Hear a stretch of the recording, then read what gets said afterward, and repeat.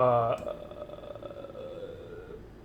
I'm always like confused when we start this for a moment. Have you noticed that? I'm always like, what? So this is Talking Syndrome, not episode 16, but about episode 16. I took a break from video games to talk about film. And that's exactly what we're going to talk about. We're going to go over some comments, talk to all of you, see what's up. Silent Consonant heading out to see Suicide Squad. Good luck, good luck. We will be discussing Suicide Squad at the very end of the show to give people time to leave if they don't want spoilers. In the meantime, though, there will be spoilers for some of these movies that we're talking about. We're not going to go into heavy plot details, but be warned. Be forewarned.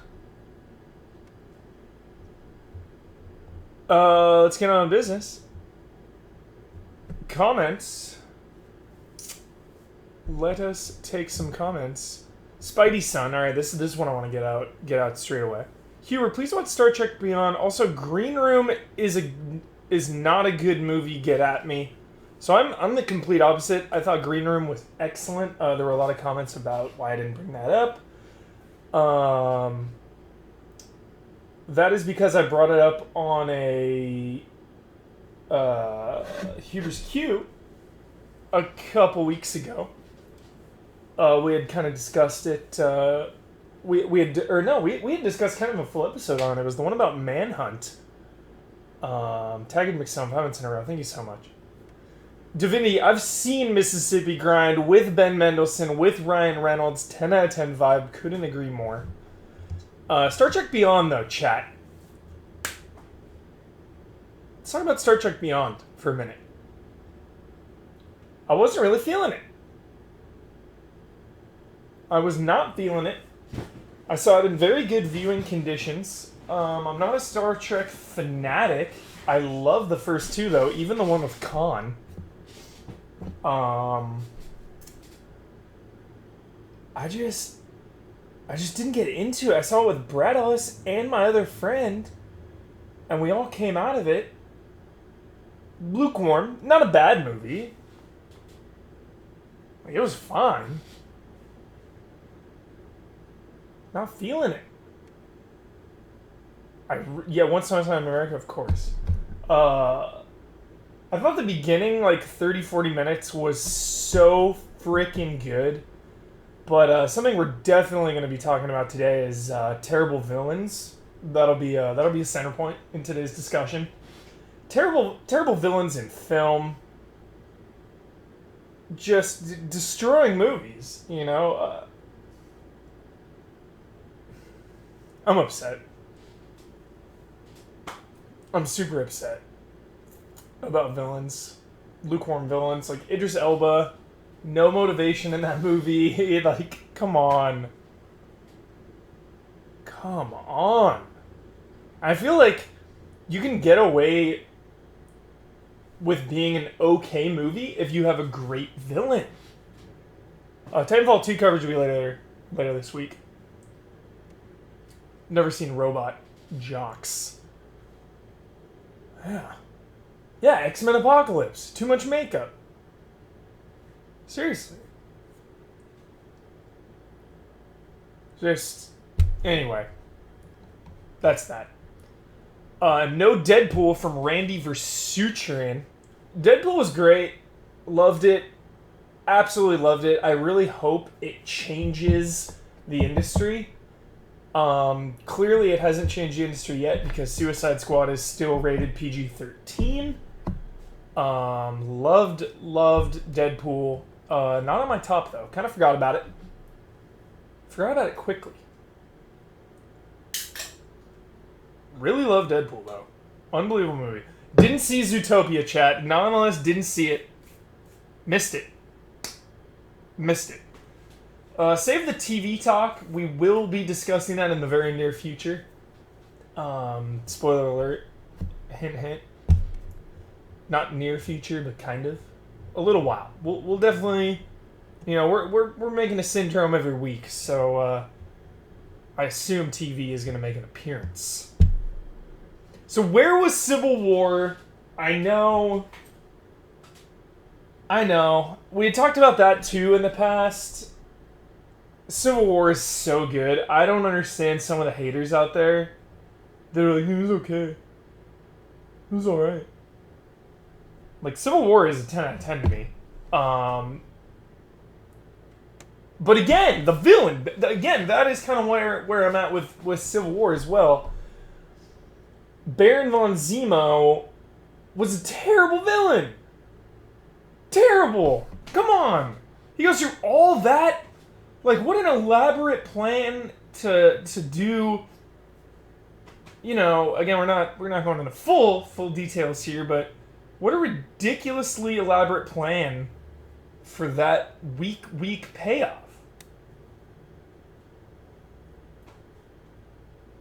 Zemo, man, I didn't like Zemo, Lazy Bones. I didn't like his payoff. Especially coming off Winter Soldier, where Winter Soldier was basically the villain, and Robert Redford as well. I thought they were better.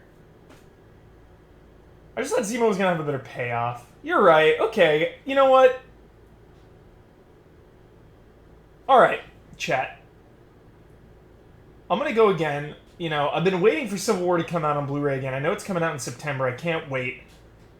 I'm going to give Zemo another shot. You've opened my eyes, as you so usually do. Chat. Alright. Zemo. Okay. I'm going to give him another shot. I think you're right on this, actually. I think Zemo was pretty cool. Maybe I was a little too hard. Alright. Okay.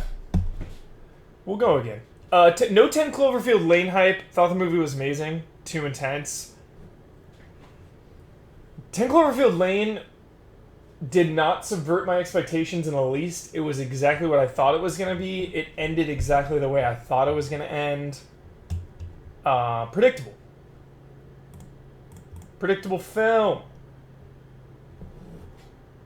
Stick to your guns.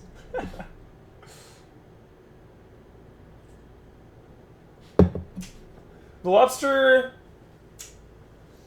Divinity. The Lobster was a great film. Maybe a little too pretentious for me, though. A little too much. But I mean, it made me think. The Lobster made me think about life, which is powerful. You know, that's a big deal. 10 Cloverfield Lane was good, but just good. Agreed. Yeah, it was good. Yes, I've seen Once Upon a Time in America. Numerous times. Well, I've seen Drive numerous times. I love Nicholas Refn, Wolf Fox. Check out, though, his earlier films. Check out the Pusher trilogy. Chat right now. Write it down. Nicholas Refn of Drive fame. That was his biggest movie. He has better movies, though.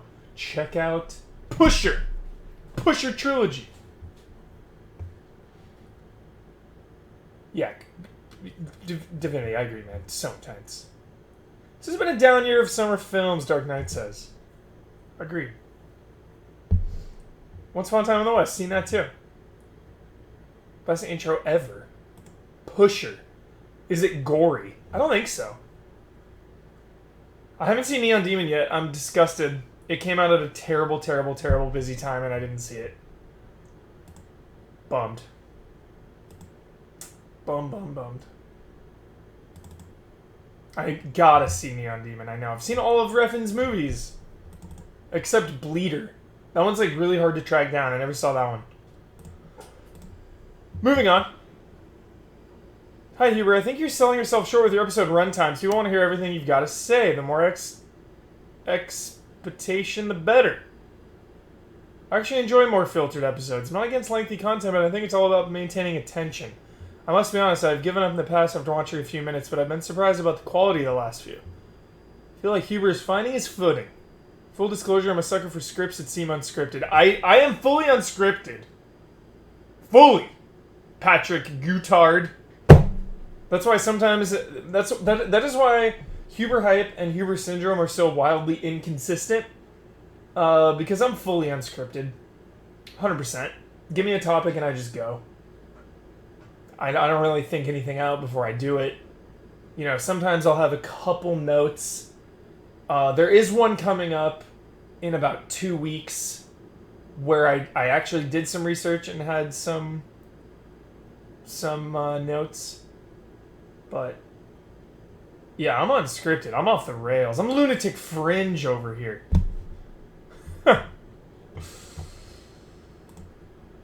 Alright, more comments. Getting some from the Patreon, which I like. There's never too many. There's usually just a handful.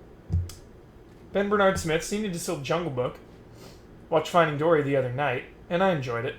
But it was nowhere near as good as Finding Nemo. Marlin and Nemo seemed like tag-alongs. I just didn't find it as memorable or groundbreaking as the original.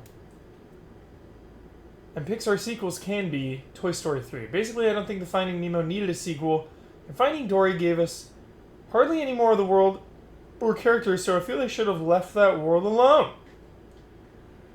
Interesting. Again, Machine and Soul, we will be talking about Suicide Squad very briefly for about 5 minutes at the very end of this episode, which will be about 11:30. We are going to film Frame Trap. Do you see why I have long pauses live as well? That's kind of a talking syndrome too. You know, it takes me a minute to think about things. We got some long ones coming up, I promise. They've been short, one, because I have been knee-deep in the dead with Deus Ex. Every second of every day has been a nightmare world. Trying to get that game working, trying to finish the game, trying to capture the game, trying to write about the game. Just been dying. And for Don's sake, you know, he edits. It's a collaborative effort. Wrote a post on Gaff about the show a while back, and people were like, oh, you know, why does Don even edit the show? Blah, blah, blah. Don loves doing it, and I love having Don there. And that's just the way it is. You know? Don brings some hype out of me. They Live. Great movie. Okay. That was the Patreon. Moving on to the YouTube comments. Get some of these suckers. Huberman, I love you, but what is the point of a spoiler warning if you don't say what you're going to spoil? I mean, I guess never assume. Mike Cunningham, you're right. And Welks Nugget, a couple people are pretty pissed. I apologize. I mean, I assume the very beginning, I mean, if you watch the episode, minor spoilers incoming in the very beginning, I wanted to say that was a blanket spoiler warning for the whole episode. Like, spoilers incoming. We're talking about this year in film. We're going to be talking about the movies of the year. I apologize. So be it. Yeah. Sicario again, favorite movie since 12 Years a Slave. One of my favorite movies of all time is Sicario. And the writer is coming out with a movie in a couple weeks called Hell or High Water. It looks incredible. It's got Chris Pine, Jeff Bridges, and one of my all-time favorites, Ben Foster. Put that on your list, everyone. Check it out. Looks good. Who would you cast in the Resident Evil reboot? My answer is always Mads Mikkelsen as Wesker. Give Mads some blonde hair. You know? Think about that, chat. Picture him with blonde hair doing this slick back. Yeah. Lights Out is easily one of the most disappointing films I've seen all year. The movie of the year for me so far is The Wailing. Hands down.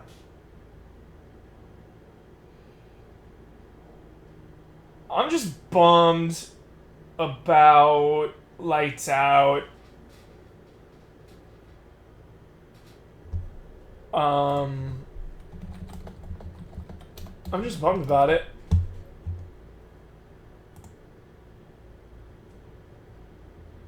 Super bummed. Did somebody say Steve McQueen? Yeah, I love Steve McQueen. God, he's so good. One of the best directors ever. Hell or High Water, though, coming out August 12th, everybody. Like, next weekend. Heck yeah. Gonna be sick. Lights Out bummed me out. I wasn't really feeling it.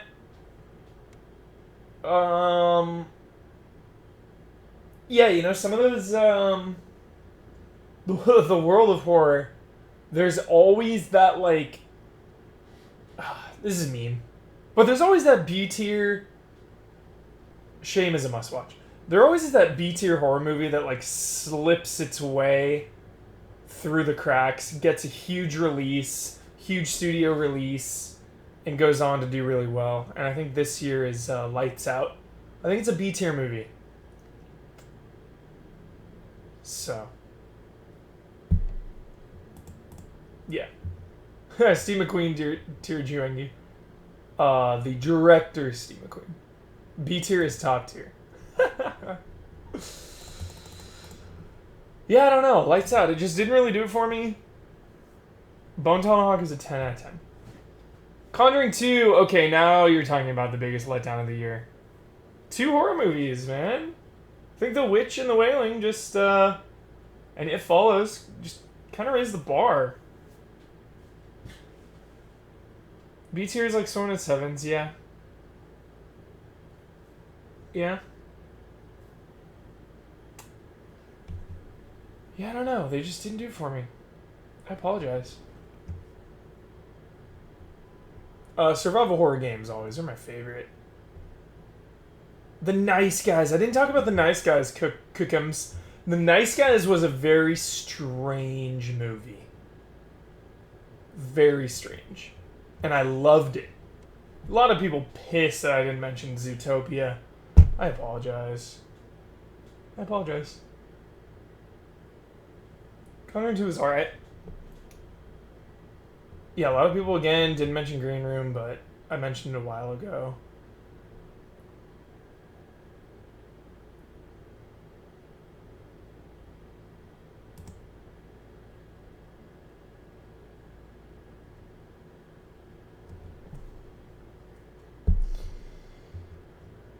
Alright.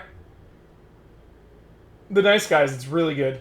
I'm a little disappointed with The Wailing, Waplu, I apologize. You know, gonna be one of those movies where it's slightly divisive.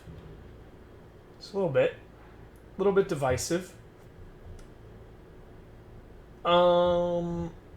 Quick TV talk before we go into Suicide Squad. There it is. There's that pause again.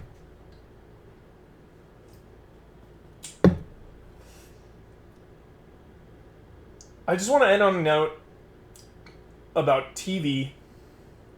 The Chaser is better. It's always better. Better this, better that. Come on. I don't like to say something's better or worse anymore. I don't like to post negative comments on the internet just to post. The tweets of like, Suicide Squad sucks. What is that doing for the world? You know, next time you're about to post a negative tweet, just think about what you're putting into the world. You know, what does that help? I don't really think it helps anything. But anyway, TV. Just really briefly, we're gonna talk about TV specifically a little later. I just find it really, really hard to get emotionally invested in films right now. This is not going to be a spoiler. Yet. Because TV is so good. You know? How am I going to care about someone in a 2-hour movie more than I care about Mr. Robot? Or more than I care about Jesse Pinkman or Walter White, you know? There's just so much time to get attached to characters in a TV show that it's like movies are in a very, very sticky spot right now.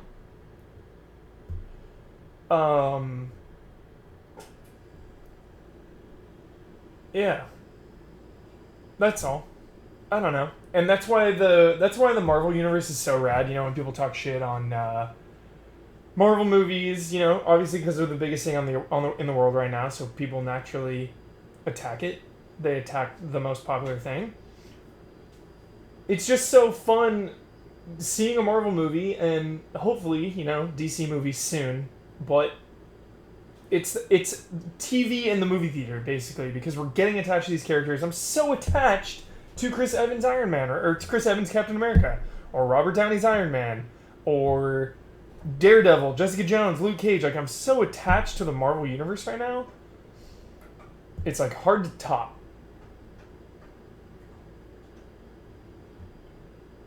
As for DC though, one day.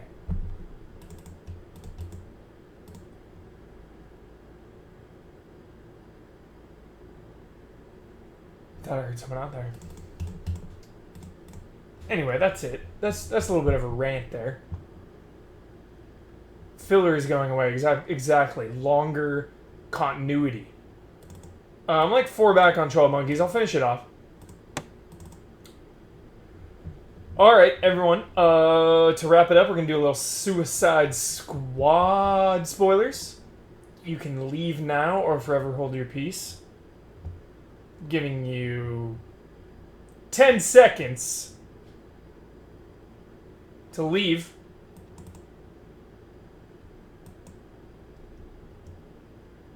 Five more seconds to leave. Troll Monkey Show is really, really good. Absolutely. 5 more seconds just to be friendly.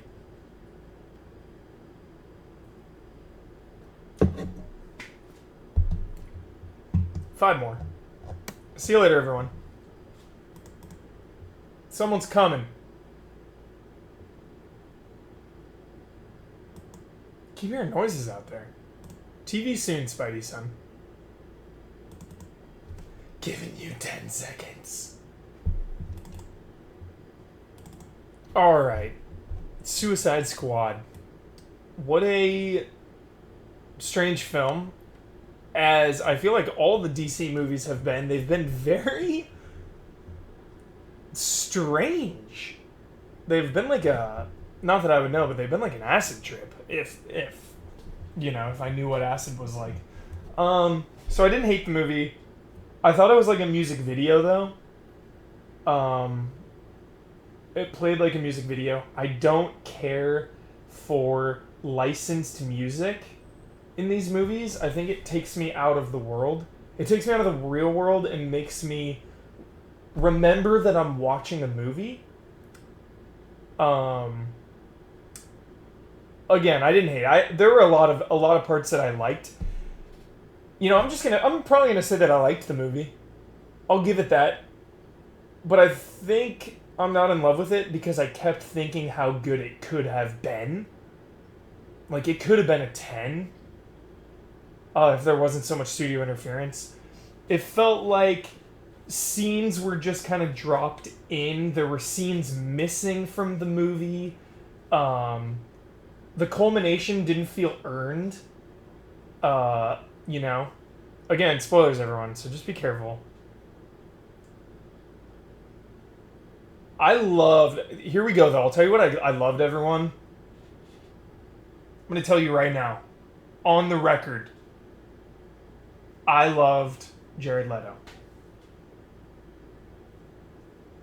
Don't care what you say, Skiddo.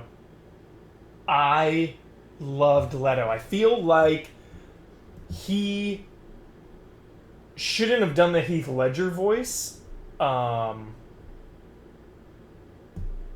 really feel like he shouldn't have done the Heath Ledger voice, though, because, you know, he's a singer, he's an incredible actor, an Academy Award winning actor. He should have made it his own, more so. You know, I wonder if it was almost like a tribute to Heath Ledger, but I feel like with his voice, and being that he's a singer, remember this, everyone, he's a talented singer and a talented writer, he could have put a voice twist on it. I loved Joker in the movie, though.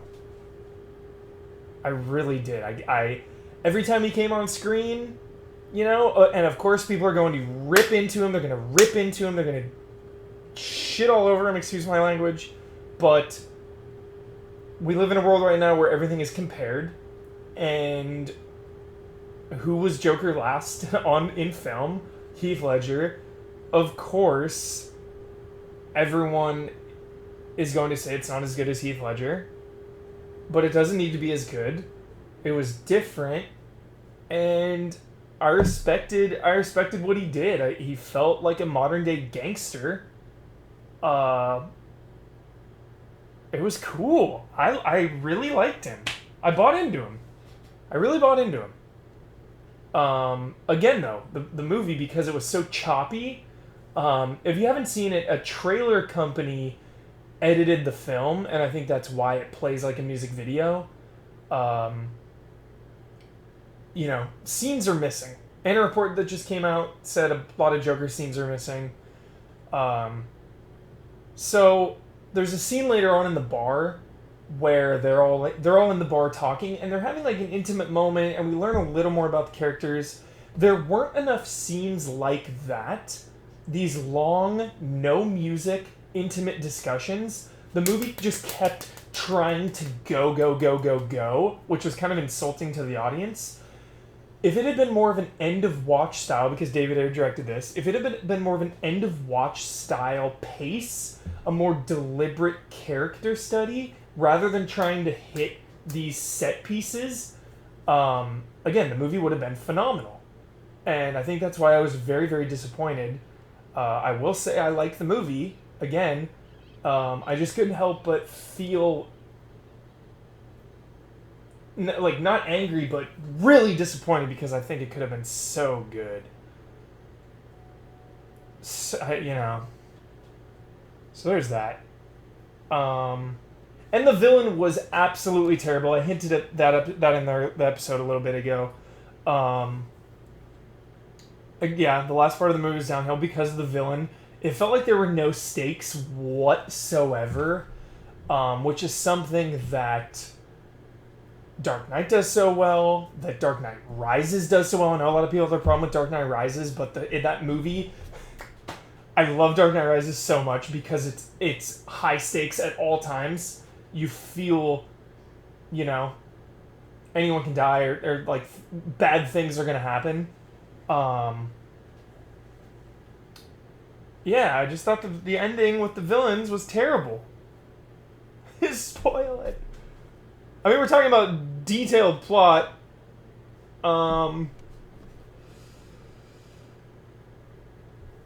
Great. Yeah, going Blakeless. The more you think about it, the worse it gets. I try not to think about it because, in the theater again, I enjoyed it. Who are they fighting? It was like some stupid, enchantress, obscure villain. It was so... and it's just a Hollywood plot device to give characters a way to dispatch enemies in a cool way. It's like so they can do really awesome things. So they're killing just these lifeless alien shadows. Like...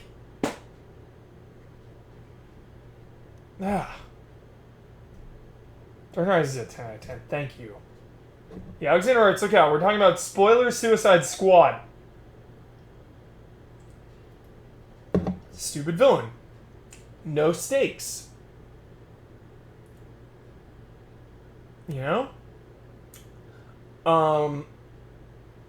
let's talk about Killer Croc. Why was he even in this movie? We knew nothing about him. I feel like his entire origin was maybe pulled from the film. Like, what did Killer Croc bring to the table? He had some cool moment near the very end where he, swam underwater. But come on. Yeah, they really should have gone R-rated. It's Warner Brothers being scared and trying to be on Marvel's level from the starting line, And they need to slow down. They need to slow down and trust their directors more and get their hands out of the cookie jar. So...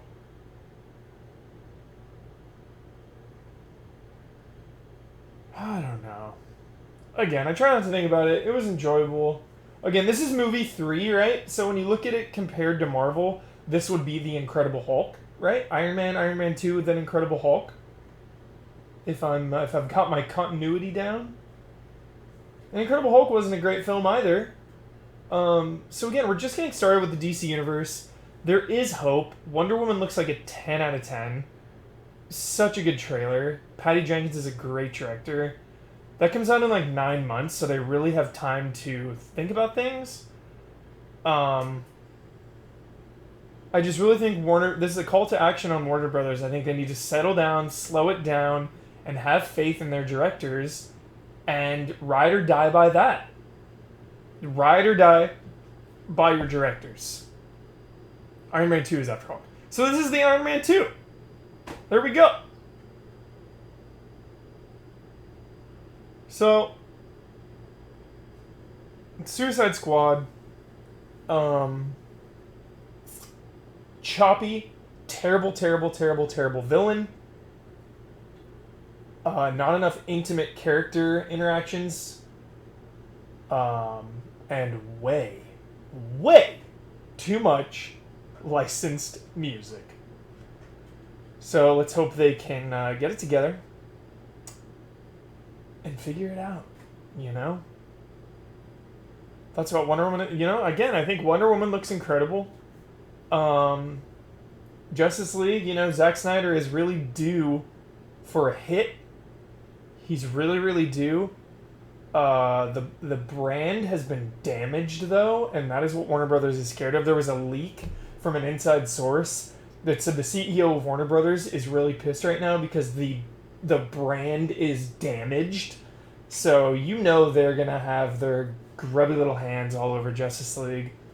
And anytime that happens, it's really hard to make a good movie. And Marvel did it too. You know, Marvel is a victim as well. Joss Whedon, the same exact thing happened to him with Avengers 2.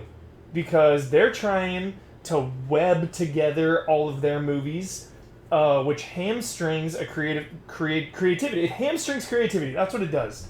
So it's kind of this double-edged sword. You know, it's different than a TV show because a TV show has a showrunner. The best TV shows on Earth have the same writer-director for multiple episodes, just like it's Stranger Things. You know, the Duffer Brothers directed 7 out of 8 episodes, I believe. Sean Levy is an executive producer. He did one more. It is an incredibly hard thing managing billions of dollars and tens of thousands of people to kind of web all these things together. So I think people just need to kind of take a step back. You know, they don't need to. I say I need to. That's wrong. Bossman would be telling me, you know, no one needs to do anything. I'm trying to get that out of my vocabulary. My hope is that people take things for what they are, you know, and understand the logistics going into all of this. Like, look at the world we live in right now. It's absolutely insane where we can go to a movie and see the Marvel universe that's been going for 10 years, or the DC universe now. Batman showing up in all these movies, it's just beautiful. It's a beautiful time. It's a beautiful thing, and you know, I'm gonna have faith and hope they right the shit. So that's gonna do it, everyone. A little bit of a rant there at the end. Sorry about that. All right, everyone. Thanks so much. Love you all. Thank you for joining. Flash cameo was out of nowhere, but of course I liked it. Love you all so much. Rogue One is a 10 out of 10 hype. Cannot wait. Good grief. Star Wars. Yeah, God. They know what's up. Star Wars is doing it right. That's it, chat. So I will talk to you later. And I will see you next week when we stream and do some fun stuff. Bye, everyone. Love and respect. I rebel.